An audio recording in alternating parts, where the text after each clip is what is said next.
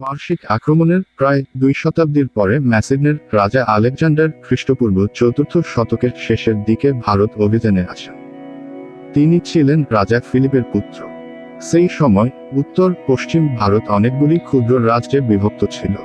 এই রাজ্যগুলির মধ্যে কোন ঐক্য ছিল না। এই রাজ্যগুলির মধ্যে তক্ষশিলা, কুরু বা পৌরব ও অভিষেক ছিল উল্লেখযোগ্য। একটি সংক্ষিপ্ত বিবরণের মাধ্যমে আলেকজান্ডারের ভারত আক্রমণ ঘটনাটি তুলে ধরেছে। ঘটনাটা জানতে সম্পূর্ণ ভিডিওটা দেখুন। তার আগে লাইক ও সাবস্ক্রাইব অবশ্যই করুন।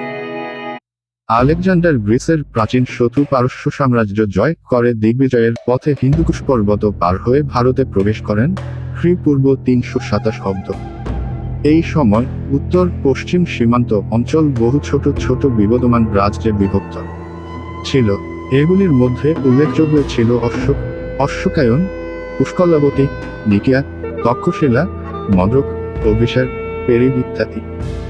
এই রাজ্যগুলির কতকগুলি ছিল প্রজাতান্ত্রিক, কতকগুলি রাজতান্ত্রিক ও বাকিগুলি গোষ্ঠীতান্ত্রিক।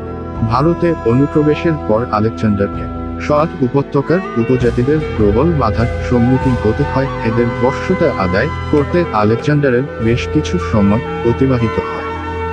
এরপর তিনি তক্ষশিলায় প্রবেশ করেন। তক্ষশিলার রাজা অম্বি বিনার যুদ্ধে প্রচুর উপকৌশল নিয়ে আলেকজান্ডারের কাছে আত্মসমর্পণ করেন। অনুরূপভাবে সঞ্জয়, শশীগুপ্ত প্রভৃতির রাজারা আলেকজান্ডারের কাছে আত্মসমর্পণ করে তাকে সব রকম সাহায্যের প্রতিশ্রুতি দেন। তক্ষশিলার রাজা অস্তি আলেকজান্ডারের কাছে আত্মসমর্পণ করেন। তক্ষশিলা থেকে আর পূর্ব দিকে অগ্রসর হয়ে আলেকজান্ডার ঝিলাম নদীর তীরে এসে পৌঁছান। এখানে পুরু রাজ্যের ঝিলাম ও চেনাব নদীর মধ্যবর্তী অঞ্চল রাজা পুরু প্রবলভাবে শত্রুকে বাধা দেন, কিন্তু তিনি পরাস্ত হয়ে বন্দী হন। এই যুদ্ধ ঝিলামের বা হাইডাসপিসের যুদ্ধ নামে খ্যাত। আলেকজান্ডার পুরুর বীরত্বে মুগ্ধ হয়ে তার নিজ রাজ্য এবং আরও কয়েকটি রাজ্য পুরুকে অর্পণ করেন। এরপর আলেকজান্ডার বিপাশান নদীর তীরে এসে পৌঁছলে তার গ্রিক সেনারা আরও অগ্রসর হতে অসম্মত হয়।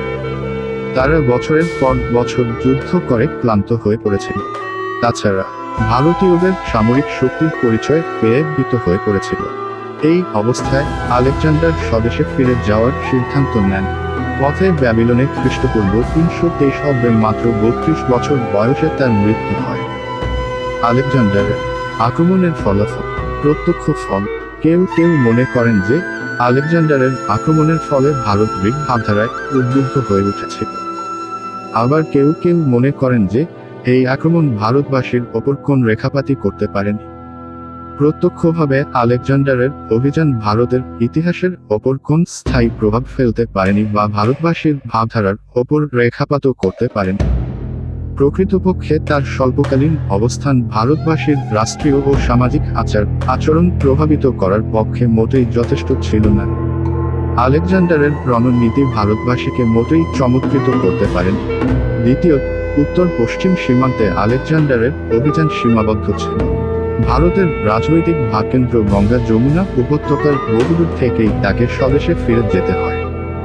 তবে স্থলপথে ও জলপথে অভিযান ঘটার ফলে ভারত সম্পর্কে ভৌগোলিক ও অন্যান্য জ্ঞান পাশ্চাত্য দেশগুলিতে প্রসার লাভ করে। তৃতীয়, আলেকজান্ডারের অভিযানে উত্তর পশ্চিম সীমান্ত মানুষকে অশেষ দুঃখ কষ্ট ভোগ করতে হয়। অপমান ও লাঞ্ছনার হাত থেকে নিষ্কৃতি পাওয়ার জন্য অসংখ্য নারী তাদের শিশুদের নিয়ে আগুনে ঝাঁপ দেন। কথিত আছে যে গ্রিকদের আক্রমণের সময় আয়ুনায়ন জাতির নারীরা আগুনে যে আত্মাহুতি দিয়েছিলেন।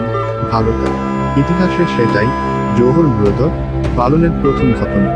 পরোক্ষ ফল, আলেকজান্ডারের আক্রমণের ফলে ভারতের রাষ্ট্রীয় ঐক্যের পথ প্রশস্ত হয়। উত্তর পশ্চিম ভারতের ছোট ছোট রাজ্যগুলিকে বিধ্বস্ত করে আলেকজান্ডার।